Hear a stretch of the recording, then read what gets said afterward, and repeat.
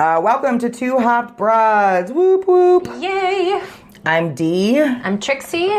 And today we are cooking again. Yay. Yay, cooking day. Awesome. What are you making today? So we're going to make a wild rice mushroom soup. Okay. And it's super delicious. I made it once before, but I haven't made it with beer. So I'm going to kind of change the recipe up a little bit today. Okay. I got it online because I'm a big Pinterest person. Oh, yeah, dude. I know. I have like a whole board on just soup trials. So like once a month I try to make a new soup because it's fun. Or so I think. But this one was awesome the last time I did it. It had a cup of white dry wine in it. So I'm going to try to switch that out for a porter and just kind of experiment and see what happens and see if it's different. It's kind of a pain to make, or time consuming, I should say. It's not a pain, it's just time consuming. Mm-hmm. But, you know, a slow weekend, it's totally worth it. And that's what today is. It's a slow weekend. Hell yeah. So, first, and it takes like 40 to 45 minutes to do this, I have like 6 cups of water.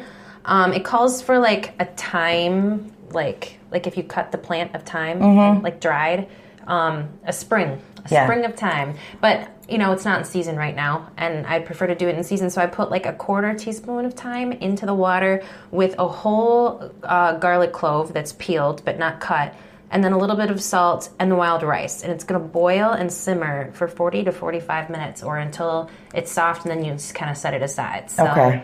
That's what we did first. That is step 1? Yeah, that's step 1. And then like a little later, we've got dried porcini mushrooms. It calls for cremini mushrooms as well, but instead of cremini mushrooms, I got portobellos because that's just a little easier to get. Yeah. I'd have to go to like a specialty store for the cremini mushrooms. I don't even know what those things look like. I don't either. I'd have to ask. Yeah, no. So we just went with the portobello mushrooms. And then it also calls for like a leek, but those are so close to onions, and you know I hate onions. Right. So we're just putting extra garlic in. Okay, perfect. None of that nonsense. I love it. I love it.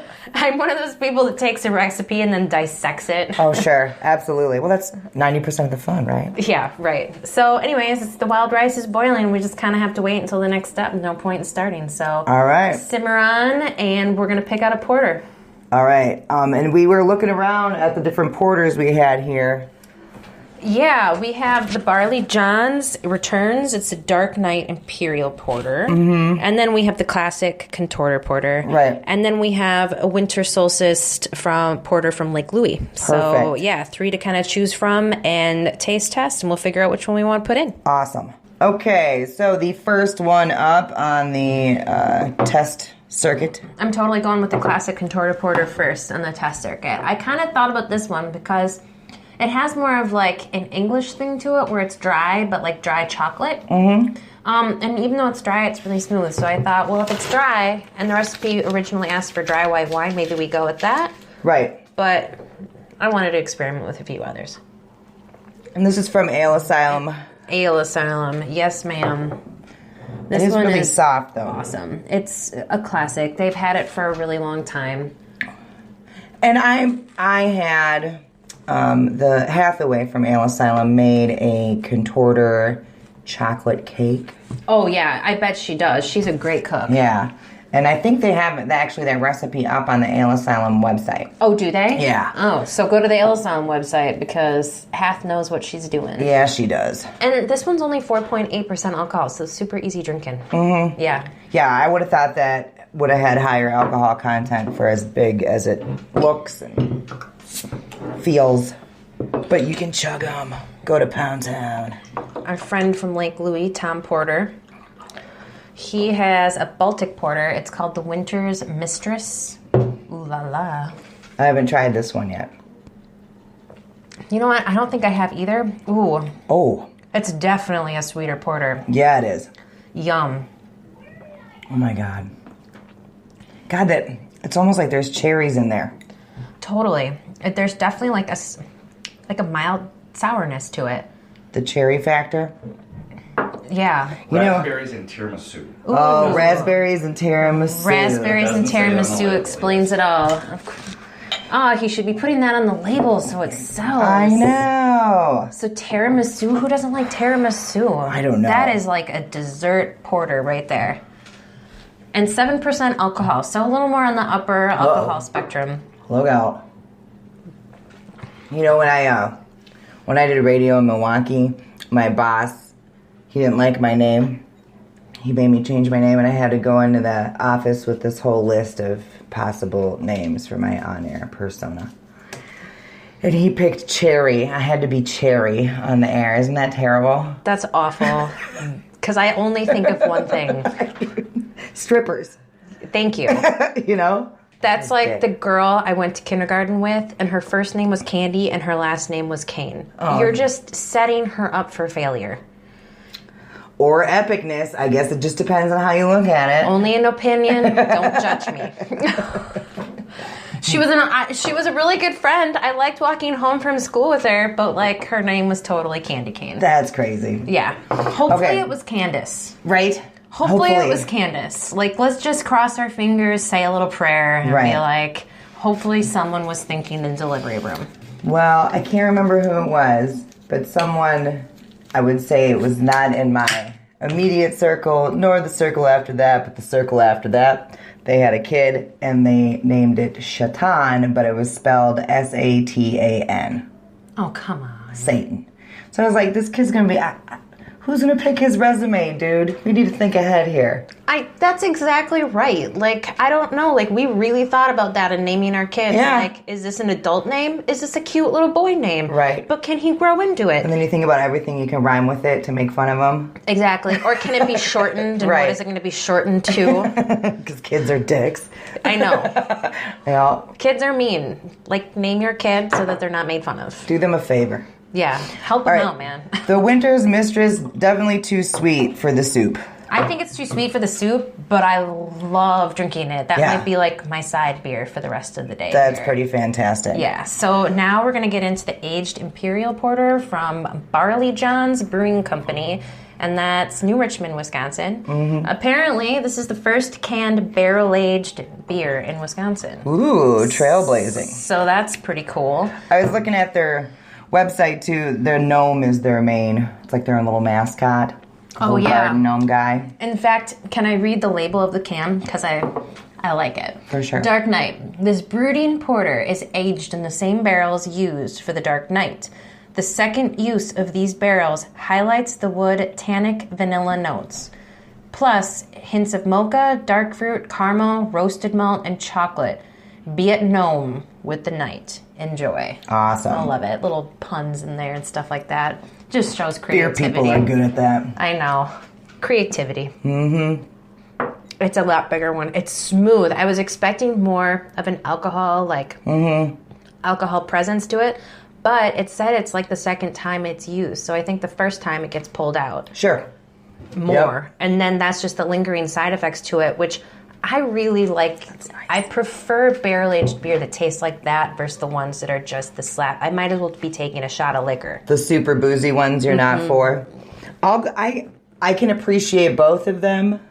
I do like it when it's a little more subtle. But, like, as long as I know I'm getting that boozy finish, because when it's a surprise, you're like, no, what happened? Right. And, like, don't get me wrong, even the boozy ones, I love to have a sip here and there with somebody, but, like, it is not something that I'm going to be able to drink a whole thing by myself. For real. That's like a 5-ounce tap situation. Yeah. Or someone's going to be holding my hair back in front of the Not toilet. it, dude. It's not me this time. And my hair is shorter this time, so that's harder to keep that back.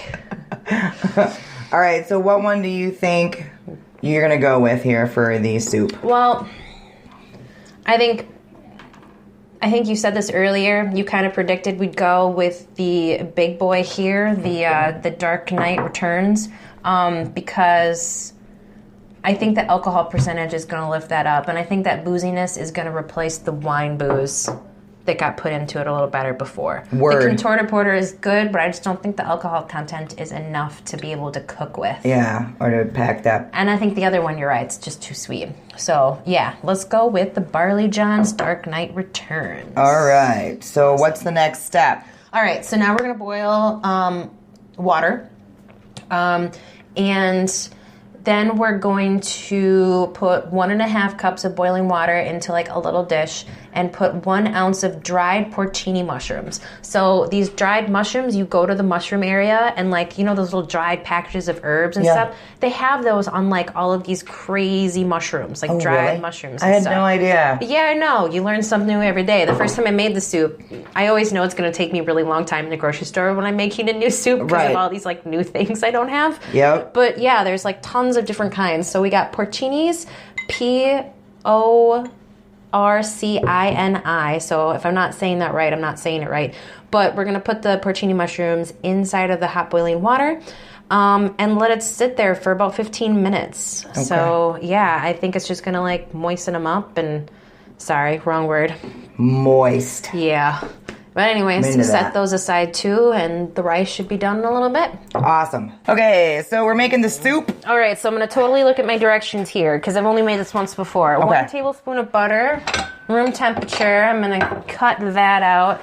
You're going to have to follow me around the kitchen. We're dancing together I know. Dancing broads, right? Oops. I'm feeling you're a lot better at that than I am. Show choir did that. That's right, I was a nerd. Well, we were all nerds. That's why we get along now. I know. Being a nerd is awesome. Now it's finally become cool. I'm like, where was this when I was in high school getting picked on? I know, like I'm a proud proclaimer of being a nerd now because I'm like, what are you going to do about it? Right, like, right. I had to hide it. I'm out. So I'm putting 1 tablespoon of butter and olive oil and kind of letting it melt down.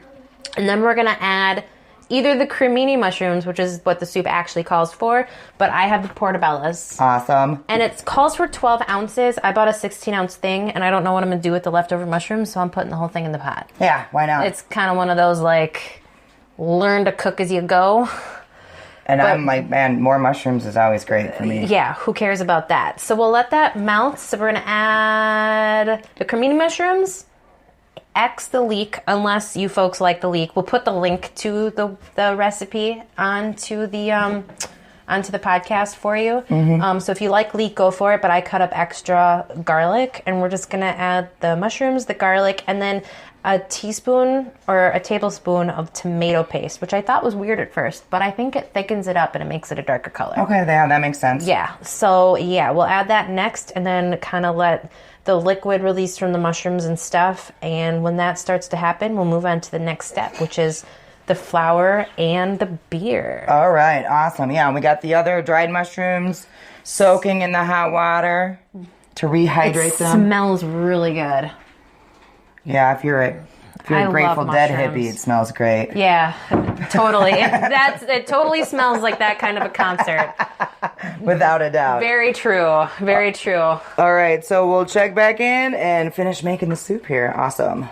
All right, so Trixie has the mushrooms going here. And they're nice and like they're getting juicy here, so which is perfect.